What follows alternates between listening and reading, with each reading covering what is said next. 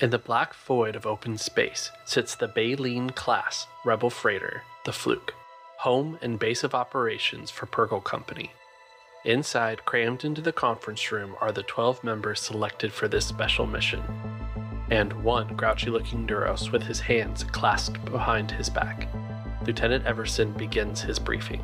The Empire has left itself vulnerable on Druckenwell, and the time to strike is now. I know 12 people against a garrison seems ill-advised, but the desire is for you to get in and get out before being overwhelmed. Remember, the trick is to make the Empire think you're an invasion force, not actually hold the planet.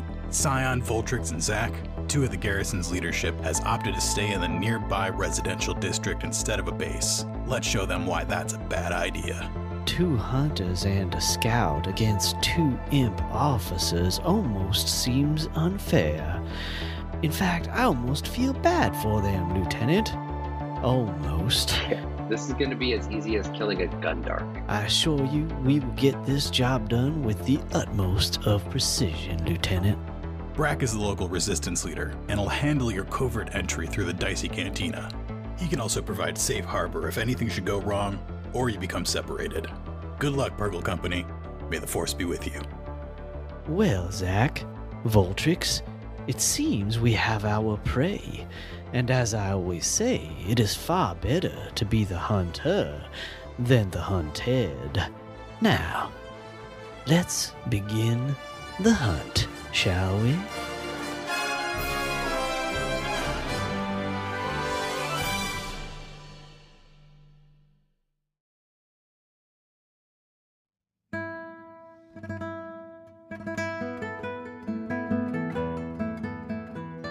Assassination. Rebel sharpshooters Voltrix and Sion Desyk have been dispatched with Scout Zyk to locate and eliminate 2 high-ranking commanders of the Imperial Garrison. The sniper team has been smuggled in with other members of Purrgil Company to stir up trouble for the tyrannical hand that rules Druckenwell. So welcome all to the Dicey Cantina. We are joined by Frank and Chris and Greg. Do you prefer Greg or Gregory? I prefer Gregory. Thanks for asking. Okay. Yeah. And so, Gregory, why don't you introduce yourself and tell us a little bit about yourself? Gladly. So, yes, I am Gregory. You can find me on YouTube as 1N20DND, and I do videos about all kinds of role-playing games, of course, primarily Dungeons & Dragons, but I also play Star Wars with the Tabletop Galaxy crew, and I am part of the, specifically I'm part of the Second Sunrise crew, where I play Zarko Cruz. And let's keep meeting our people here. Chris, why don't you introduce yourself next? Hi, I'm Chris Burlew. I am the game master for the Redemption podcast. We're a Star Wars actual play. I'm also a player on the Tales of Blood and Stone, which is a Shadow of the Demon Lord actual play. I always tell people, though, that one is not for the kids. And Frank, you being my brother, can plug the Dicey Cantina and tell us who you are. All right. I am Frank, and I am forced to do this because my brother makes me. Please send help. But at least it's fun. No, just kidding. I have very limited experience, but I have a lot of fun playing with Andrew here on the Dicey Cantina. I've played upwards of 5 characters. Who knows which episodes have made it live and what you've heard, but yeah, I think I'm on my 5th character here. It's a lot of fun. Listen to the Dicey Cantina. Yeah, thanks. That way I don't have to. I can pretend to be humble. All right. So let's start off with the Destiny roll. Roll me that Force die. Here we go. Oof. I got 1 dark side. I got 1 light side. I got 2 light side. Awesome. So that would be 3 light side and 1 dark side. Now, as our regular listeners might know, we also participate in Donate for Destiny, which was the brainchild of Mark Eberhardt with Coruscant Knights, and allows our listeners to mess with your dice pool a little bit by donating to Child's Play charity. And we have the fortunate or unfortunate, depending on your perspective, message from Starburst Podcast that was feeling a little bit zany. And they had donated the $10 to flip the pool all to one side. And they chose to help me out. And so you guys are starting with 4 dark side tokens. And by that, I mean you are starting with no Destiny tokens. Oof. It was all in vain. What is this? What is this sham? This is a sham.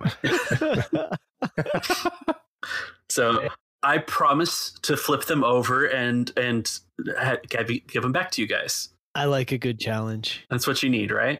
Absolutely. At least you let us know what we lost before you told us that. Yeah, All right. So, members of Purrgil Company's sniper team, you guys have made your way to SGI Area 9, northeast side of the main continent of Druckenwell. You were smuggled in by the swoop gang, the Templars. They have brought you into the northernmost point of SGI's Area 9's industrial sector. You guys are currently basically on the docks of this corporate city. You have warehouses kind of stretched out before you and are the alleys tucked away in the dark. There's a light drizzle and the neon of all the signs in city reflect around you. You have a data pad that has the picture of 2 Imperial commanders on it that are your targets. And what you know from earlier recon is that they don't in fact stay with the rest of the Imperial garrison in the center of town, but instead have opted for luxury in a residential district not too far from where you're at, both staying in these condos, this high rise. And so as the camera kind of sweeps over these warehouses and comes down the dark alley with the group of you standing there, You see a medium height, green skinned, very wiry Rhodian. He's wearing black armored clothing, carrying a very large, heavy blaster rifle on his back. And everybody knows that rifle will never leave his hand. He even sleeps with his arms wrapped around it.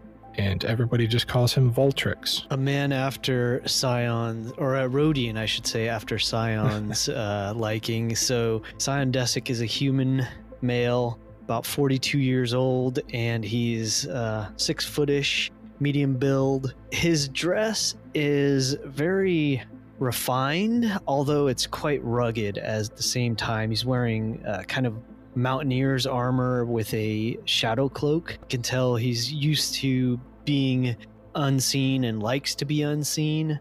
One notable feature that he does have is a cybernetic eye, and he also is very much his blaster rifle, his Night Stinger, is it's not an heirloom in the sense of like a family heirloom, but it has that level of value to Sion. It is his prized possession. And the last member is Zach. And you hear him over the comms before you see him. You hear him giving the lay of the land to his 2 other team members. But when you do see him, he's cloaked in shadow, crouched in a place where he's covered with brush and shadows and whatever else he can muster to put in his way. He is a extremely dark red skin Togruta with very minimal white accent marks around his eyebrows and cheekbones. He is draped in a form-fitting clothes, a black thermal-like long-sleeve shirt, kind of military cargo pants tucked into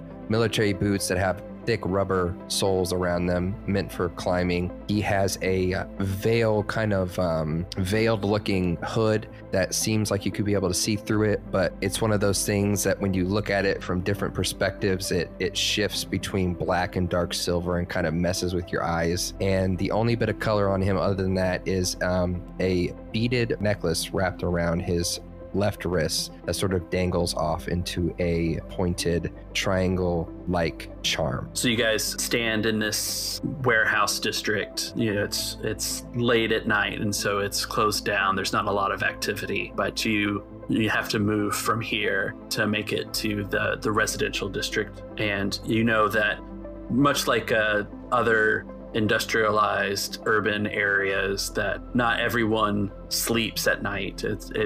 There can still be a bit of a crowd around, and so you've met here where the Templars could drop you off, but you've got to make your way to the residential district. And so how do you guys go about heading towards where you can see your targets? Well, Zach, I say, I believe you know this area better than either of us. Do you have any suggestions? There's a lot of civilians out right now. It's one of those cities where there's no time of day where there isn't activity, less so in the morning. There's plenty of alleyways. I think that if we hug to the shadows and take sort of the back alleyway, we'd be able to conceal our entrance into the residential area. Perhaps you should go first, and then tell us when the coast is clear, and we will then sneak over there. Sure. I'll do the work. I'll guide you through. No worries. So I guess Zach kind of starts sneaking forward, sort of trying to like have a path for them to follow, if that makes sense. Mm-hmm. So let's start with the first stealth check then. Oh, right. So this is Zach's check, but the extra success will cover the group. So you're not going to just pass with one success, if that makes sense. Yes. So for everyone, I would need 3. Yeah. Got it. What's the difficulty? Your difficulty is going to be average, but we're gonna kick it off with an upgrade already because having 4 tokens, I gotta, okay. So you're spending a token. Okay. I'm spending a token. Noted. Apparently this is a bustling time to be in Druckenwell. Yeah. I mean, the streets are, there's a little bit of a parade not too far off from you guys. It's not down the alley, so you'll probably be okay. So before Zach starts heading off, he goes, while I'm doing all the work, guys, you mind looking down your scope and giving me a heads up for any people I don't see? Sure. I'll use these. And I pull out my electro binoculars. Look at that. So is that enough for a blue die? Yeah, sure. You guys are all supporting each other. That's right. We're a team. Teamwork makes the dream work. All right. So we roll, and genuinely, I just rolled 1 success, 2 advantage, and a triumph. Nice. Oh, okay. Out the gate. This is how we're starting. Yeah, buddy. Those guys are screwed. Or we are, because we're spending them all now. That's true. 2 ways to look at it. Glass half empty, glass half full. All right. Well, so for a triumph, even though you didn't get 3 success, you can still cover everybody with stealth, I think. I think that's fair. But what's the synergy of this group look like as you guys like hop from alley to alley? I would imagine that Voltrix probably follows Zach, and I'm not sure how stealthy is Voltrix. Not bad. Voltrix just basically waits until Zach says, "You're clear," and then he sticks pretty well to the shadows and moves from spot to spot very quickly. He is not wasting any time. Agreed. I think that Zach is in a constant crouch state, moving faster than most people can at a crouch state, and he kind of slows himself down intentionally for his teammates and kind of segments. Instead of going quickly through his points of stealth, he stops, looks back, and then moves on to kind of nod over his shoulder that this is like come to this point. So he kind of almost leaves like a breadcrumb trail of stealth that they can follow. So you guys come to kind of a rise, a hill that brings you up a little bit higher than the rest, and you get a look at the target building, this condo complex that you're trying to make your way to. And you can see kind of a little bit of the skyline as you look out into this valley residential district. And you kind of have the opportunity to make some choices about where you might want to set up for looking for your targets. There's a little bit to the north of you guys. There's a office building that has the lights off to it that it's almost but not quite as tall as the condo building. Interestingly enough, that the Imperial commanders have chosen this location because it shows a lot of status to it. This residential condo building raises taller than the buildings in the surrounding area by several stories, and so you can get a vantage point from a lot of buildings looking up at the floor you would assume the commanders are on from the recon. There's a kind of construction building that's in further east that is closer to the building. So you have kind of a long range and a medium range option. And there's obviously some apartment buildings a lot closer, within short range. So you have an office building option, building under construction, and an apartment that look like they would be good places to set up. The building under construction is in which range band? Medium range band. That's fine for Sion. He's content with any range band. So, but I like the fact that there might not be anyone around except perhaps a security guard or some such. Did you say, was that the office building? Construction. Construction, okay. I'm okay taking the long range one. Yeah, that works for me as well. Yes, we should definitely not stay together. Oh, you want to split up? Harder to figure out where the shots come from if we are not together. I like the way you think. I concur. Very well. I shall take the construction building. And you notice that Sion tends to, with his cloak, he tends to walk with the shadows that might pass overhead from clouds and such. So he will ghost into the direction of that building. Right. Keep your comms open, gentlemen. As always. Will do. Where is Zach heading then? Is he heading to the short range building, or is he heading with one of the... He's going to head to the short range building. So there was 3 options or just 2? 3.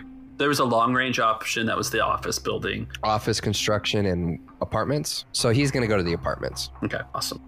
So as you guys are traveling to each location, let's do another stealth check, and we'll start with you, Chris, because the office building is closer as you kind of head into a little bit of an office park and look for a way in. All right.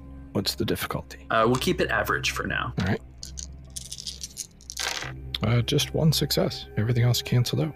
So you get a good look. The building looks kind of looks locked up for the night. You know, all the lights are off. You get a couple security lights that shine through the transparent steel. And as with kind of any large office building, you can see that there's some entrances, you know, the big glass doors on each of the 4 walls of this block building to it. Okay. How does Voltrix look to get to go inside? Ooh, let's see. He's gonna have to probably use. Let's see here.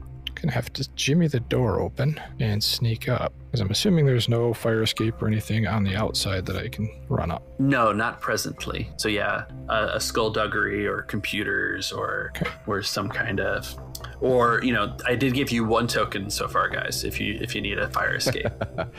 Don't be condescending about how many tokens you have. Thank you, Starbird's podcast. I can try skullduggery. What's the difficulty? Let's make it hard. Oh, Okay. Complete wash. No successes, no threats, no advantages, nothing. So you kind of jiggle the handle a little bit, jiggles the door. It's locked, and then kind of looks up at the tall building as there's a wipe to this construction site. And Sion stands outside the fence. And let's take a stealth check from you too. Average still. Ooh, 2 success, 1 advantage. I would like to say maybe the advantage is that there is no security guard around, if that seems reasonable. nice. It's a quiet site. Yeah. there isn't much to challenge you as you cross the barrier into the construction site. It's a multi-tier, concrete framed building that's got stairs to head up, but no turbo lifts installed just yet. I will start the ascent and try to get as high as I can. And as Sion heads up the stairs, there's another swipe as Zach arrives at the outside of the apartment complex. He kind of chuckles at Sion beautifully narrating his endeavors and looks around and decides he'd like to stealthily climb up the side of the kind of fire escape-esque apartment building. Oh, do you have a fire escape? I guess you have a fire escape. It seems really unfair that I didn't give one to Chris, but That's fine. I don't know. Do I need to roll a perception check to see what I see? No, let's no. I mean, you can have a fire escape. That's fine. You're climbing up the outside of it. Okay. But there's obvious people coming in and out of this apartment building. So you've got a hard stealth check. Gotcha. I like how you laugh at that. Oh my gosh. I'm actually not kidding. A success, a threat, but a triumph again. I'm not kidding. Okay. Nice. Can my triumph in some way affect Voltrix's ease of getting in? Yeah. Could I start if you want to climbing spend up? it for him. I'd like to start climbing up. So I successfully, stealthily climb up this fire escape. And as you make it up to the roof, what you see up there is there's actually some credentials. There's a data pad and a security badge ID. And the data pad has a blinking message. It's been unlocked, and it's the the daily randomized access code for SGI Ventures. So you have an access code to the doors of SGI Ventures. Hey Voltrix, don't ask me how I have this, but somehow it's hard to explain. I have the daily access codes to the office building you went. So, where exactly are you right now? Standing in front of the front door. Look at that. Well, let me relay the daily access code. Seems to be Alpha 767 Alpha. Does that work? Yes. Thank you. Again, don't ask me how this worked out, but apparently Druckenwell isn't too professional about where they leave their data pads. There's a noise from the door at the top of the apartment building as a couple of guys come out. These two guys work their way to the edge of the building and kind of lean there and are taking a look at the view, which includes the condo building. So they are currently in between Zach and the vantage point that he would like to have as he hides in the shadows at the top of the roof point. But let's go over to Voltrix, now in the lobby of SGI Ventures. Okay. He's heading for a lift to head up to the roof and looking at any map of the office building to see which office might be vacant. So let's make a survival check. Okay. What's the difficulty? I think it's going to be an average check because any office building is going to have the lay of the land, and you've had the recon before. But I am seeking the balance and the force, so I'm going to upgrade one more time with a token. All right. So you got a purple and a red. Gotcha. Okay, interesting. So I succeeded with one threat and a despair. Really? Yes. Interesting. Can there be a nighttime janitor running around that I have to deal with now? Yeah. I think it's a security guard. A security guard? That works too. So as you're looking at the map, you see that there's a spot on the, let's say, 15th floor kind of corner office that's on the like fire escape map plan to it. But there's a flash of light as a security guard shines a flashlight on you. Hey, you, what are you doing here? What are you doing here? I'm the night watch. Is that a rifle? Yes. And his hand goes to his hip, and he's like, you just stay right there. I'm going to call this in. Keep your hands where I can see them. I wouldn't do that. Well, yeah, you wouldn't. You broke into some office building with a rifle. The flashlight lowers. He's getting ready to make a call. If you make the call, you're going to have to admit that you let me sneak in, then you'll get in trouble. And as Voltrix is saying that, he's turning his comm on so the other guys can hear this. Okay. And are you going for a coercion then? Yep. Okay. What's the difficulty? Let's see. Let's keep it average. All right, one success with one threat. Okay. So he pauses. He doesn't make the call, obviously. I don't want to get in trouble. How did you sneak in here? Did I let you in? No. It was a drunken couple that was sneaking in because he was going to impress her with his big office. Here. Oh. Tell you what. Which office? I think he said the 13th floor. All right, you come with me.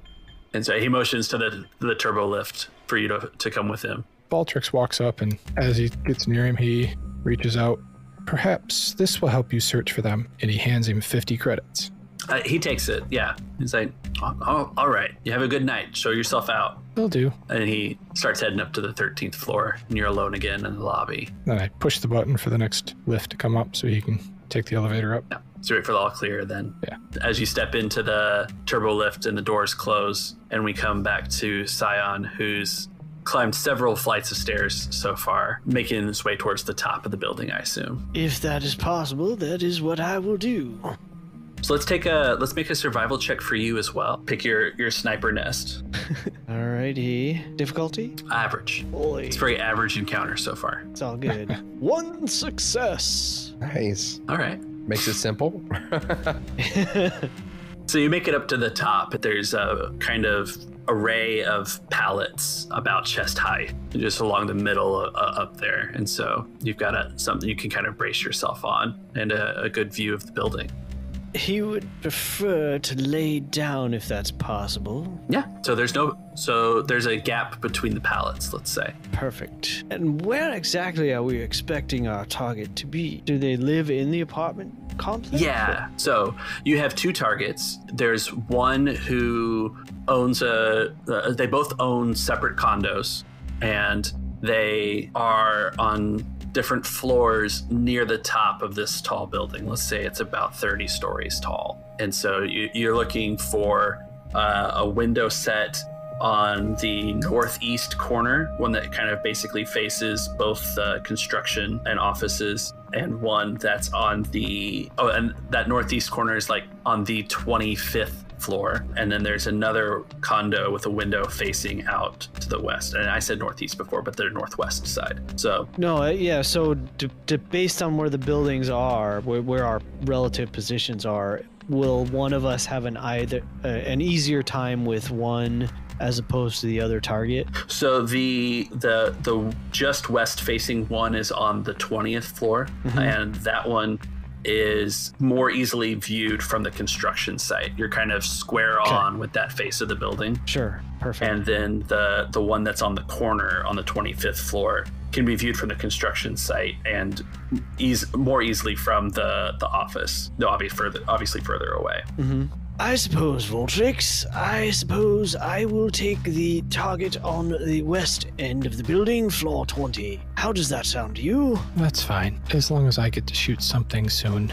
I'm in position, so just, I say, keep me posted when you're ready. We just need, Zach to let us know where they are and when things are clear. Running into a little complication here, guys. Shouldn't take long. Just stand by. So the camera sweeps over to Zach, and what's his plan for dealing with his challenge? That's a good question. I'm not a good liar. I'm trying to think. So they're standing in between, like they're right where I need to be of assistance, correct? Mm-hmm. Let me look at what my... If you pulled out your micro binoculars, that you would just get like a close up of an ear. Perfectly inconvenient. I love it.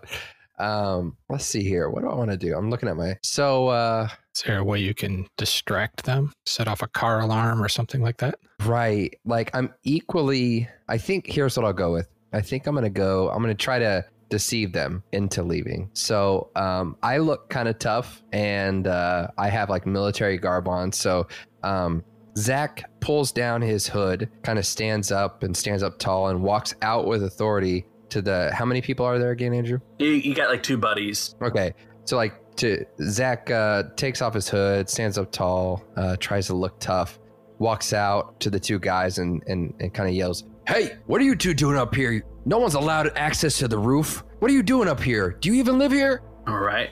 And let's roll the deception check against, right. It's still going to be average. You guys are just getting started, and that is what my NPCs all look like. That's fair. Average. Okay. I got 3 successes and 3 advantages. They clearly have been admonished for being on the roof before, as they quickly grab their drinks and make for the door as quickly as possible. What are some of the advantages you might like? As they kind of bustle by Zach, he yells at them to, "Hey, make sure you lock the door behind you. I don't want anyone else thinking they can come up to the roof." And so they kind of lock and bar other people from coming up to the roof. And what he realizes is the apartment is in the perfect place. He's in the perfect position angle-wise to be able to see as far as what the intel gave them, where these people live.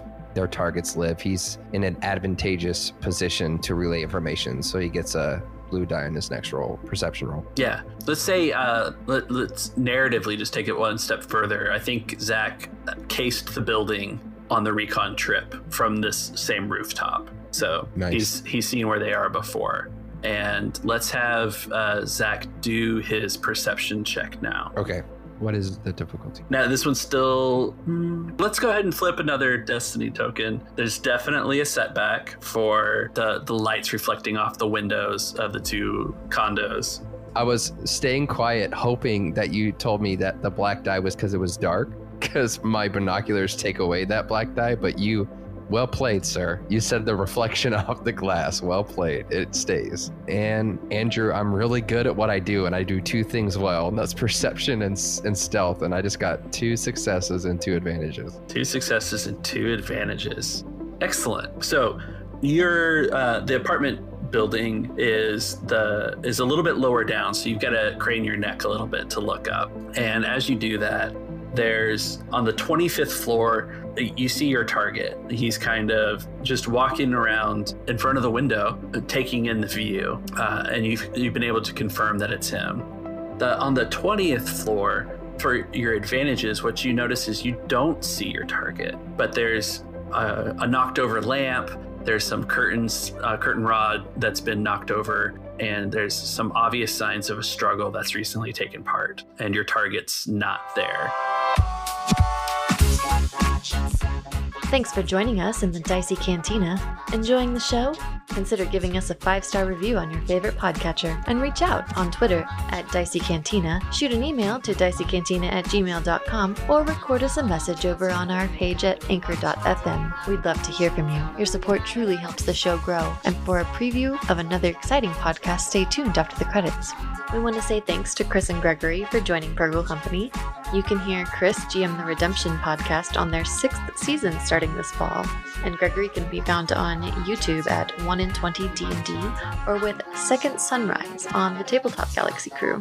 Also, did you know that Donate for Destiny is nearing the halfway mark of its $500 goal? Influence our Destiny pool and that of other great podcasts like Coruscant Nights, Starbirds, Flight Risk, and New Republic Radio with your donation to the Child's Play charity. Child's Play provides toys and video game consoles to kids in hospitals and domestic violence shelters to help make their stay more comfortable. For every $4 you donate, you can add a light side token to our game pool. Or for $10, you can make the Destiny pool all light or dark on any of the participating podcasts. Visit diceycantina.com/destiny for this fun way you can make a difference. Listen up for the following special preview, but in the meantime, that's all for now. So pull up a stool, and we'll see you here next week in the Dicey Cantina. Do you enjoy Star Wars, RPGs, and actual play podcasts? Then you'll love the Starbirds. Here are a few clips from their upcoming season, set in Hutt space. Ever wondered what a pickle tastes like in space? Take a monster pickle and throw it to the side, and then put on his just put on the helmet and wait.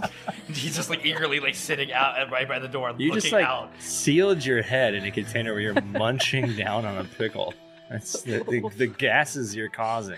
It's a fear factor game. Yeah. You have to eat all these pickles inside this jar. Ever left your comm link on while you're in the refresher? You're alone in the refresher, kid. Kid, please. He like gets so stressed out and just holds like down the button. Singing in the shower and stuff, and they're like, "Oh my god, not again!" Just like, oh, I'm gonna make a sandwich. Oh, I like these. Oh, mayonnaise on a sandwich. He just narrates his life. Peanut butter for the kid. I thought he's in the bathroom. Ever been stranded on a ship with people you can barely stand? Okay, I'm about to J.K. Simmons from Whiplash. Start clapping at my head. If you cannot get this, Meanwhile, Gad is just like sweating I will throw a profusely like symbol the kid at your head.